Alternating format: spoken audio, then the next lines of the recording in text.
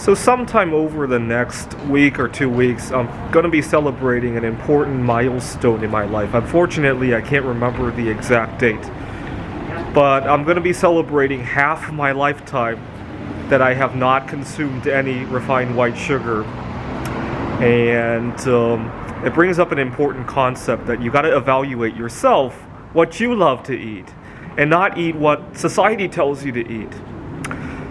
We got to go back a few months before I quit all sugar altogether. I had started by quitting soda. I was going to college part-time. I was still in high school. And there was a girl in college that I liked. This was the first day of class. And I wanted to lose some weight before I would go approach her. So I used to drink a lot of soda. My parents had tried to get me to cut back. Never worked.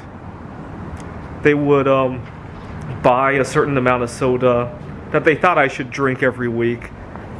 And I was never happy with that. What they thought I should drink in a week, I would drink in 2 days, and then I would be miserable, or I would sneak out and get soda somehow during the rest of the week. Always caused a lot of strife with my family. But on this particular day, for some reason, I decided that even though I still had some soda at home, I decided not to drink it and to try some water instead. And I realized that it wasn't the end of the world to not drink soda.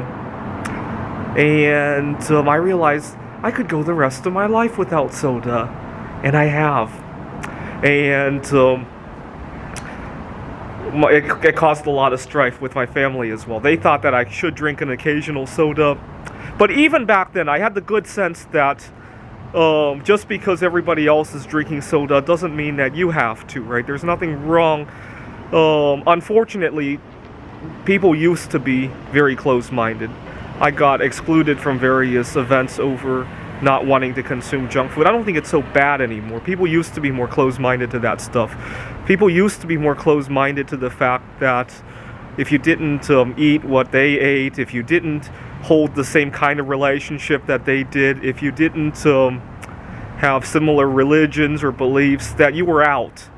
We're talking about 20 years ago now. So a very different world that we lived in. Now, I realized I was never going to drink soda the rest of my life. On day one, I really did. And my parents were very unhappy about that.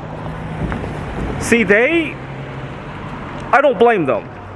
They wanted me to be able to mingle with others. What they didn't realize was that the solution was not to conform to others. The solution was to advocate for myself. They didn't realize that. I don't blame them. This was many, many years ago. Now, 4 months after I stopped drinking soda, during the spring of 2004, I had just eaten something. I can't remember what it was, but obviously something sugary. And I had belched up this gas, and when I belched it up, the flavor of the gas reminded me of soda, and it disgusted the hell out of me. And I so badly wanted to throw up. And this was 2004. This was back when we started to have very high-speed internet, when you could start to Google every question you had in the world. This was around the time when that era began. And so I Googled a bunch of information, and I read about a group of people who don't consume any amount of sugar, and I decided to try it. You gotta understand, I was 17 years old. I was still trying to find myself. And to my dismay, I realized a lot of my favorite foods I couldn't have anymore. You know, typical American family, eat a lot of processed packaged foods, and I had to eat these other foods instead, or I had to learn to prepare my own foods, which I really loved. And but believe it or not, that first day of doing that, I swore off I was never going to consume any amount of sugar ever again. And I really loved it, and I felt so good too. I have high functioning autism, but I used to have it a whole lot worse before I quit sugar.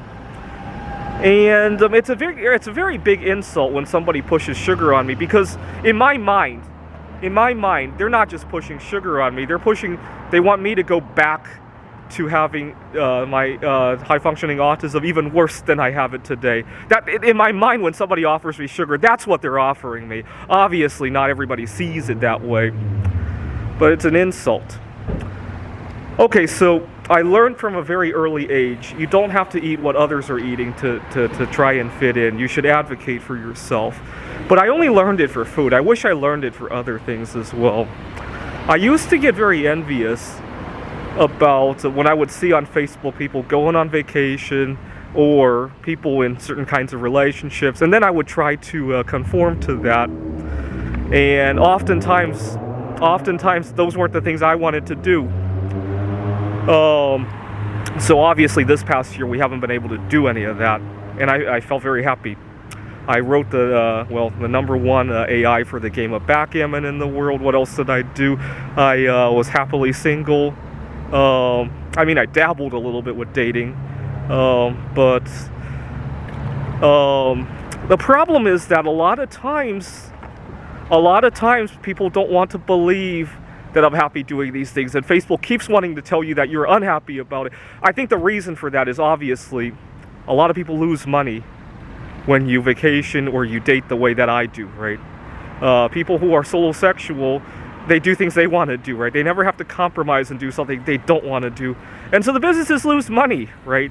People who mingle with locals instead of going on vacation, which I discovered is a lot more important. It's a lot more important to have local connections. But people who do that cost the airlines money, right? And obviously there's going to be a lot of social pressure for you to not do that, right? Don't listen to it. Anyways, I find that instead of going halfway around the world, it's a lot more valuable to mingle with local people, right? Just look at all these local businesses and to know the local people there and to have the right connections. That's a lot more valuable than going to another country halfway around the world and mingling with people you'll never see again, right? I think it's a lot more valuable to do things that you want to do and not have to compromise when you go out on a date, right? Thanks for watching.